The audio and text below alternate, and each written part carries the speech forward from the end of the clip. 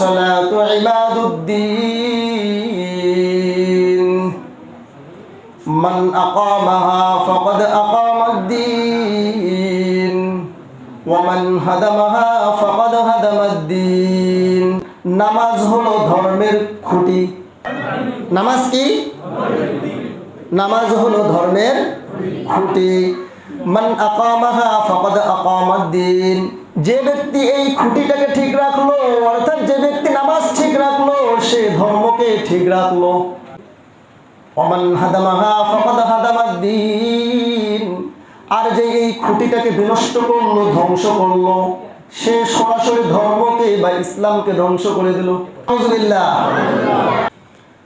মহান আল্লাহ রাব্বুল আলামিনের দরবারে শুকরিয়া জ্ঞাপন করছি যে আল্লাহ রাব্বুল আলামিন আমাদেরকে পবিত্র শুক্রবারে মসজিদে আসার তৌফিক দান করেছেন আমরা সকলেই দিল থেকে শুকরিয়া জ্ঞাপন করি সকলে বলি আলহামদুলিল্লাহ প্রিয় নবী সাল্লাল্লাহু আলাইহি ওয়াসাল্লাম যাকে আল্লাহ তাআলা আমাদের উপর রহমত স্বরূপ প্রেরণ করেছেন সেই মহামানবের শানে আমরা দরুদ ও সালাম পেশ করি সকলে বলি সাল্লাল্লাহু আলাইহি ওয়াসাল্লাম আল্লাহ তাআলা দুনিয়া সৃষ্টি করেছেন এবং সেই সাথে আসমান এবং জমিন সৃষ্টি করেছেন কোরআনে কারিমে ইরশাদ হয়েছে আল্লাহু খালিকু কুল্লি শাইইন ওয়া হুয়া আলা কুল্লি শাইইন ওয়াকিল আল্লাহ হলেন এমন সত্তা যিনি সমস্ত কিছু সৃষ্টি করেছেন অর্থাৎ সপ্ত আসমান জমিন মানব জাতি থেকে শুরু করে নিয়ে দুনিয়ায় যত প্রজাতির জীবজন্তু গাছপালা রয়েছে সমস্ত কিছুকে সৃষ্টি করেছেন কে আল্লাহ আর একটু জোরে বলেন কে আল্লাহ তো কোরআনে কারিমে আল্লাহ তাআলা নিজে ইরশাদ করেছেন আল্লাহু খালিকু কুল্লি শাইইন ওয়া হুয়া আলা কুল্লি শাইইন ওয়াকিল অর্থাৎ আল্লাহ হলেন এমন এক সত্তার নাম যেই সত্তা আসমান এবং জমিনের মধ্যে যা কিছু রয়েছে সমস্ত কিছুকে সৃষ্টি করেছেন এবং সেই সাথে সমস্ত কিছু রক্ষণাবেক্ষণ তিনিই করেন না তো এই সবকিছু রক্ষণাবেক্ষণ একমাত্র আল্লাহ তাআলাই করেন আমাদের মানুষের পক্ষে রক্ষণাবেক্ষণ করা সম্ভব নয় বা আমরা পারবো না এই দুনিয়ার মধ্যে আল্লাহ তাআলা যা কিছু সৃষ্টি করেছেন শুধুমাত্র মানব জাতি ছাড়া অন্য সকল জীব জন্তু গাছপালাকে সৃষ্টি করেছেন মানুষের খেদমতের জন্য কিসের জন্য একটু জোরে বলেন কিসের জন্য মানুষের খেদমতের জন্য সৃষ্টি করেছেন গাছের মধ্যে কাঁঠাল হয় আবার আরেকটি গাছের মধ্যে আনারস হয় আবার কিছু কিছু গাছের মধ্যে ধান চাষ হয় এগুলো আসলে কিসের জন্য সৃষ্টি হয় বা কিসের জন্য চাষাবাদ হচ্ছে একটু বলেন কিসের জন্য নাকি অন্য কোনো কারণে এবার আপনি বলবেন যে তাহলে ঘাস যে হয় এই ঘাসটা কি করব ঘাস কেটে আমরা গরুকে খাওয়াই গরু থেকে উপকৃত কে হয় গরুর দুধ কে খায় ঘাস খায় নাকি মানুষ খায় অর্থাৎ গরু খাচ্ছে ঘাস আর ঘাস খাওয়ার পরে গরুর ভিতরে যেই দুধ উৎপাদন হচ্ছে সেই দুধ দহন করে খাচ্ছে কে একটু জোরে বলেন কে মানুষ অর্থাৎ সমস্ত কিছুকে আল্লাহ তাআলা মানুষের খেদমতের জন্য বা মানুষের সেবার জন্য সৃষ্টি করেছেন আর একমাত্র মানুষ এবং জিন জাতিকে আল্লাহ তাআলা সৃষ্টি করেছেন তার ইবাদতের জন্য মানুষ এবং জিন জাতিকে তার ইবাদতের জন্য সৃষ্টি করেছেন কথাটা কি আমি মন গড়া বললাম গলার ভয়েস শুনে মনে হচ্ছে মন গড়া বললাম বোধহয় কথাটা কি মন গড়া বলেছি সন্দেহ হতে পারে চলেন কোরআনে কারিম থেকে শুনে আসি মন গড়া কথা কিনা কোরআনে কারিমে আল্লাহ তাআলা ইরশাদ করেছেন ওয়া মা খালাকতুল জিন্না ওয়াল ইনসা ইল্লা লিয়াবুদুন অর্থাৎ আমি জিন এবং মানব জাতিকে সৃষ্টি করেছি একমাত্র আমার ইবাদতের জন্য তাহলে জিন এবং মানব জাতিকে কিসের জন্য সৃষ্টি করা হলো আল্লাহর ইবাদতের জন্য তাহলে আল্লাহর ইবাদত ছাড়া আমাদের কিছু কল্পনা করাটাও ভুল। কল্পনা করাটা ভুল। ঘুম থেকে জাগ্রত হওয়ার পরে বিছানায় যাওয়া পর্যন্ত, অর্থাৎ ঘুমে যাওয়ার আগ পর্যন্ত এই যে মাঝখানের যে সময়টা রয়েছে, একটা মানুষ ভূমিষ্ঠ হওয়ার পর থেকে নিয়ে মৃত্যু পর্যন্ত মাঝখানের যে সময়টা রয়েছে, এই পুরো সময়টা মানুষের উচিত হলো বা মানুষের জন্য ফরজ হলো একমাত্র আল্লাহ তাআলার ইবাদত করা। কথা কি বুঝতে পেরেছি? আচ্ছা, বুঝে থাকলে এবার বলেন, মানুষ জাতিকে যে আল্লাহ তাআলা দুনিয়ায় প্রেরণ করেছেন, এবার আপনারা জবাব দেন, কি কারণে প্রেরণ করেছেন? একটু জোরে বলেন, কি কারণে? প্রথম নম্বরে আমরা যেটা বলেছিলাম সেটা হচ্ছে আল্লাহ তাআলার প্রতি ঈমান আনয়ন করা। কি করা? ঈমান আনয়ন করা। ঈমানের পরের ধাপ হচ্ছে নামাজ। কি? আবার বলেন, নামাজ।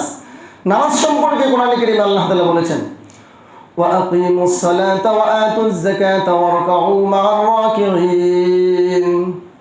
ওই যে প্রথমেই বলেছিলাম, কোনো ব্যক্তি নিজেকে সব জানতা মনে করে আমি মাস্টার্স পাস করেছি, তার মানে আমি সব কিছুই জানি।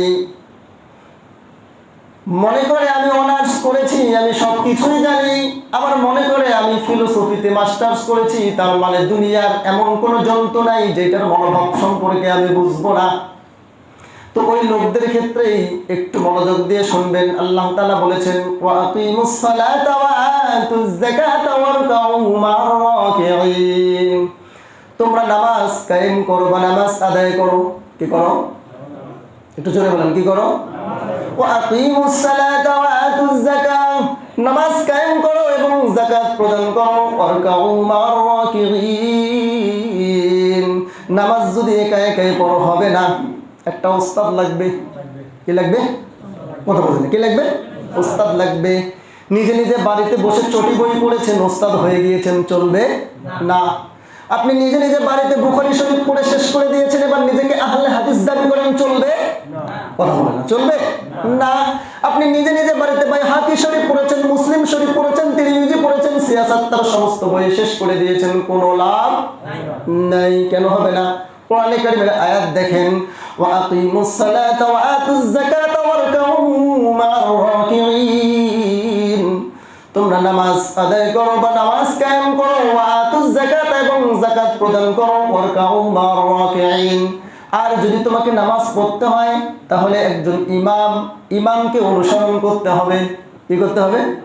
এই যে বলেছেন ওয়ারকাউ মা'র রাকিঈন, নামাজের রুকুনগুলো যে আদায় করবে, নামাজের মধ্যে রুকু করবে, এই রুকুটা করবে কার সাথে? মা'র রাকিঈন, যে রুকু করে তার সাথে। কথা কি বুঝতে পেরেছি? তার মানে একজনকে অনুসরণ করে নামাজ পড়তে হবে। তো এই একজনকে অনুসরণ করে যদি নামাজ পড়তে পারেন তাহলে আপনার নামাজে আপনি সফল হবেন। আর যদি মনে করেন যে না, একা একাই বাড়িতে নামাজ শিক্ষা বই পড়েছি, আমি নামাজ পড়বো, আমি সফল, ভুল। কি? ভুল। কারণ কি? নবী করিম সাল্লাল্লাহু আলাইহি ওয়াসাল্লাম থেকে নিয়ে আজও পর্যন্ত যে হাদিসগুলো চলে আসছে, সেই হাদিসগুলোর রাবি রয়েছে। কি রয়েছে? রাবি। এটি আরবি শব্দ, এর বাংলা হলো বর্ণনাকারী। কি? কথা বলেন, কি? বর্ণনাকারী। অর্থাৎ আমি যেটা বোঝাতে চাচ্ছি সেটা হচ্ছে, আমি যার কাছে হাদিস পড়েছি তার নাম হচ্ছে আহমদুল্লাহ হামিদ। কি নাম? কথা হয় না, কি নাম? আহমদুল্লাহ হামিদ। তার কাছ থেকে আমি হাদিস পড়েছি এবং শিখেছি, প্র্যাকটিক্যাল দেখেছি। এরপরে তিনি যার কাছে হাদিস পড়েছেন তিনি হচ্ছেন আহমদ শফি রহিমাহুল্লাহ। কি নাম? আহমদ শফি রহিমাহুল্লাহ। এইভাবে করতে করতে করতে করতে 1400 বছর পূর্বে নবী করিম সাল্লাল্লাহু আলাইহি ওয়াসাল্লাম থেকে হাদিস পড়েছে সাহাবায়ে কেরাম। কারা? সাহাবায়ে কেরাম হাদিস শুনেছে, পড়েছে, দেখেছে। এরপরে সাহাবায়ে কেরামকে দেখেছে তাবেঈন। কারা? তাবেঈনরা দেখেছে, মানে সাহাবায়ে কেরামের পরের ধাপকে বলা হয় তাবেঈন। এই তাবেঈনরা দেখেছে সাহাবায়ে কেরাম কিভাবে নামাজ পড়েছে। এইভাবে আস্তে আস্তে আস্তে আস্তে আমাদের পর্যন্ত এসেছে। অর্থাৎ হাদিস এবং কোরআন এটা শুধুমাত্র কিতাবে পড়বেন বা বইয়ে পড়বেন আর আমল করবেন, এটা কখনোই সহিহ হবে না। এর জন্য আপনাকে একজন উস্তাদ মানতে হবে। কি মানতে হবে? কথা বলে না, কি মানতে হবে? উস্তাদ মানতে হবে। এই ওস্তাদের কাছ থেকে আপনাকে শিখতে হবে। তবে যেমন তেমন ওস্তাদ হইলে চলবে না, ওস্তাদটাও হইতে হবে সেই পর্যায়ে। তাহলে রুকু করতে হবে কার সাথে? রুকুকারীদের সাথে। কার সাথে? যে রুকু করে তার সাথে। তো এখন কথা হলো, রুকুকারীদের সাথে রুকু করব, আমি নামাজ কেন করব? বলেন কেন করব? আল্লাহর সন্তুষ্টি অর্জনের জন্য। কার সন্তুষ্টি? নাকি জান্নাতের জন্য? জান্নাত অর্জনের জন্য? না না না না, জান্নাত অর্জনের জন্য না। মনে করেন কোনো একটা মহিলা বা একটা মেয়ে বাচ্চা নিতেছে। কি নিতেছে? বাচ্চা। সে চায় যে আমার পেটে একটা বাচ্চা আসুক। এখন সে কি বাচ্চা চাবে নাকি বাচ্চাটাকে বিয়ে করবে? কি বিয়ে করা সত্য না? কথা হয় না, বিয়ে করা সত্য না? বিয়ে করা ছাড়া সে বাচ্চা পাবে? সারাদিন মিছিল করলেও তো পাবে না, কোনো উপায় নেই। তো ঠিক একইভাবে কেউ যদি জান্নাত পেতে চায়, তাকে কাকে পেতে হবে? একটু জোরে বলেন কাকে? আরে আল্লাহ শব্দটা জোরে বলেন না, কাকে? আল্লাহকে পেতে হবে। তো যাই হোক, আল্লাহর সন্তুষ্টির জন্য আমরা নামাজ পড়ব। আর যদি নামাজ না পড়ে তাহলে কি হবে? নামাজ সম্পর্কে নবী করিম সাল্লাল্লাহু আলাইহি ওয়াসাল্লাম বলেছেন একটি হাদিসটি বাইহাকির মধ্যে এসেছে, বাইহাকি শরীফ, হাদিস নাম্বার 2807। রাসূলুল্লাহ সাল্লাল্লাহু আলাইহি ওয়াসাল্লাম বলেন, as-salatu ibaduddin মান আকামাহা ফাকাদ আকামাদ-দ্বীন ওয়া মান হাদামাহা ফাকাদ হাদামাদ-দ্বীন। নবী করিম সাল্লাল্লাহু আলাইহি ওয়াসাল্লাম বলেছেন, নামাজ হলো ধর্মের খুঁটি। কি? জোরে বলেন কি? খুঁটি শব্দটা কি মুখ থেকে বলতে পারেন না? নামাজ কি? নামাজ হলো ধর্মের খুঁটি। মান আকামাহা ফাকাদ আকামাদ-দ্বীন। যে ব্যক্তি এই খুঁটিটাকে ঠিক রাখলো, অর্থাৎ যে ব্যক্তি নামাজ ঠিক রাখলো, সে ধর্মকে ঠিক রাখলো। মানে ধর্মটা এখনো পর্যন্ত অক্ষত আছে। ওমান হাদামাহা ফাকাদ হাদামাদ-দ্বীন। আর যে এই খুঁটিটাকে বিনষ্ট করলো, ধ্বংস করলো, সে সরাসরি ধর্মকে বা ইসলামকে ধ্বংস করে দিল। আউযুবিল্লাহ। তাহলে এবার মনোযোগ দিয়ে শোনেন, সবাই আমার দিকে তাকান, সবাই আমার দিকে তাকান, শোনেন আমি কি বলি, মনোযোগ দিয়ে শুনবেন। as-salatu ibaduddin। রাসূলুল্লাহ সাল্লাল্লাহু আলাইহি ওয়াসাল্লাম বলেছেন, নামাজ হলো ধর্মের খুঁটি। কি? এই খুঁটিটাকে যদি কেউ বিনষ্ট করে ফেলে, খুঁটিটা যদি ভেঙে যায়, তাহলে সে কেমন যেন দিনকে ভেঙে দিল। মান আকামাহা ফাকাদ আকামাদ-দ্বীন। আর যে ব্যক্তি নামাজটা কায়েম করবে, নামাজ আদায় করবে, নামাজ পড়বে, সে দিনকে অক্ষত রাখলো। তাহলে এবার উপস্থিত এই ব্যক্তিগুলো যারা আমার চোখের দিকে তাকিয়ে আছে, বলেন দেখি আজকে ফজরের নামাজ কে কে পড়েছেন? হাত তুলি। শরম লাগে হাত তুলতে? হাত তুলি ভাই। যারা হাত তুলেছি, আল্লাহ তাআলা তাদের সকলকে জান্নাত নসিব করুন। একটু জোরে বলেন কি? আমিন বলতে হিংসা হয়? নামান। এবারে বলেন দেখি, এখানে আমরা যারা উপস্থিত আছি, এই যে ব্যক্তিগুলো হাত তুলতে পারলাম না, তার মানে ফজরের নামাজ পড়ি নাই। আরেকটু পিছনে যদি যাই, বলি এশা কে পড়েছেন? তাও মনে হয় এই ব্যক্তিগুলো পড়ে নাই। এবার যদি বলি মাগরিবকে পড়েছেন, অনেককে পাওয়া যাবে সে মাগরিবও পড়ে নাই। বলতে যারা হাত তুলে নেই তারা কেউ পড়ে নাই।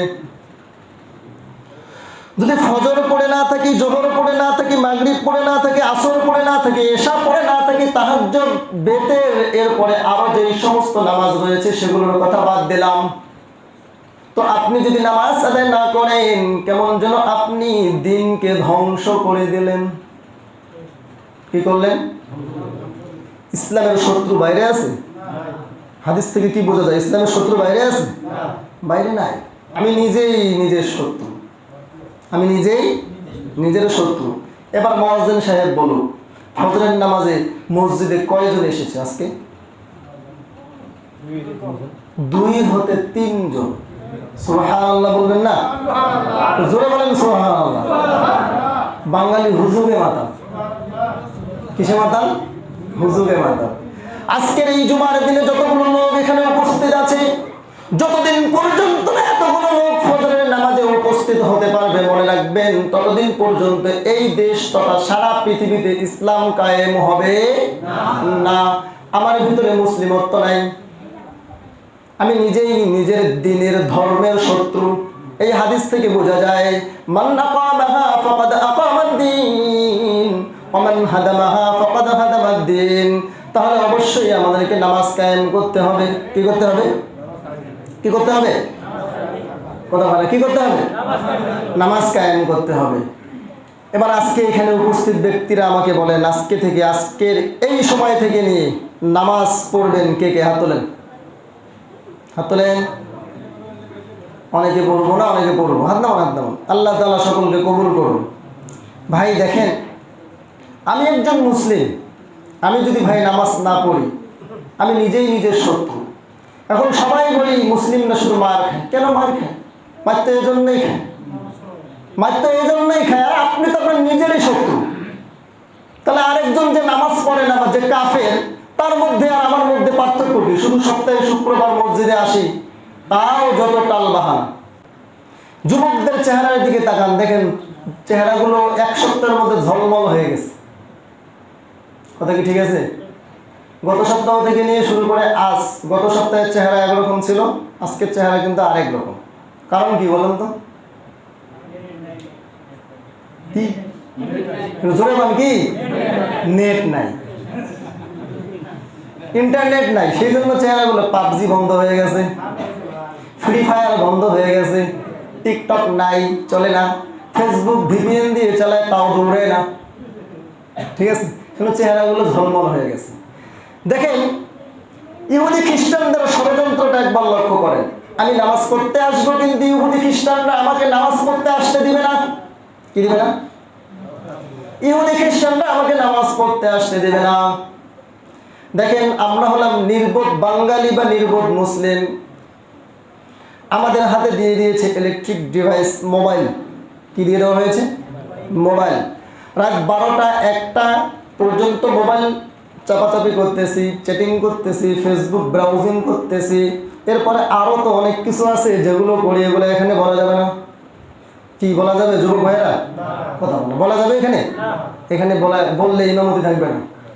তো এই কাজগুলো করে করে ফজর পর্যন্ত মোবাইল টিপছি। ফজরের আজান যখন হয়ে গেল, হাইয়া আলাস সালাহ, নামাজের দিকে আসো, এবার মোবাইলটা আস্তে করে বন্ধ করে চার্জে দিলাম। চার্জে দেওয়ার পরে এবার ঘুমিয়ে পড়লাম। মুয়াজ্জিন ডাক দিল, হাইয়া আলাস সালাহ, নামাজের দিকে আসো। এরপরে মুয়াজ্জিন সাহেব বলতেছে, আস-সালাতু খায়রুম মিনান নাওম, নামাজ হইল ঘুম থেকে উত্তম। এবার আমি মোবাইলটাকে অফ করে দিয়ে ঘুমিয়ে পড়লাম। আমি বললাম না, নামাজের চেয়ে ঘুম উত্তম। কি? নামাজের চেয়ে কি? ঘুম উত্তম। তো মুয়াজ্জিন সাহেব যখন মসজিদের মধ্যে ঘোষণা দিচ্ছিল, আল্লাহু আকবার, আল্লাহু আকবার, আল্লাহ মহান, আল্লাহ মহান, কিন্তু ঘটনা হইল সেই সময় আমি মোবাইল টাপছি। মোবাইলটাকে এবার গুছিয়ে নিচ্ছি যে না, আর পাবজি খেলা যাবে না। ওই যে বলে না যে মোবাইলের মধ্যে ভয়ে এদিক ওদিক ওদিক ওদিক, এভাবে বলে না, অনেক কিছু খেলি পাবজির ক্ষেত্রে বা গেমসের ক্ষেত্রে এভাবে বলে। এই জায়গা থেকে আমেরিকার কার সাথে জানি খেলতেছে, ইন্ডিয়ায় কার সাথে জানি খেলে, এখানে বসে বসে খেলা যায়। কি যুবক ভাইরা, ঠিক আছে তো? তাহলে এখানে বসে বসে আমি খেলতেছি। মূলত এটা হলো ইহুদিদের একটা চক্রান্ত, খ্রিস্টানদের একটা চক্রান্ত, যে এই মোবাইল ইলেকট্রিক ডিভাইস যখন আমার সামনে এসেছে, আসার পরে এর যতগুলো খারাপ দিক আছে। দেখেন এই মোবাইল মানুষ কেন চায়?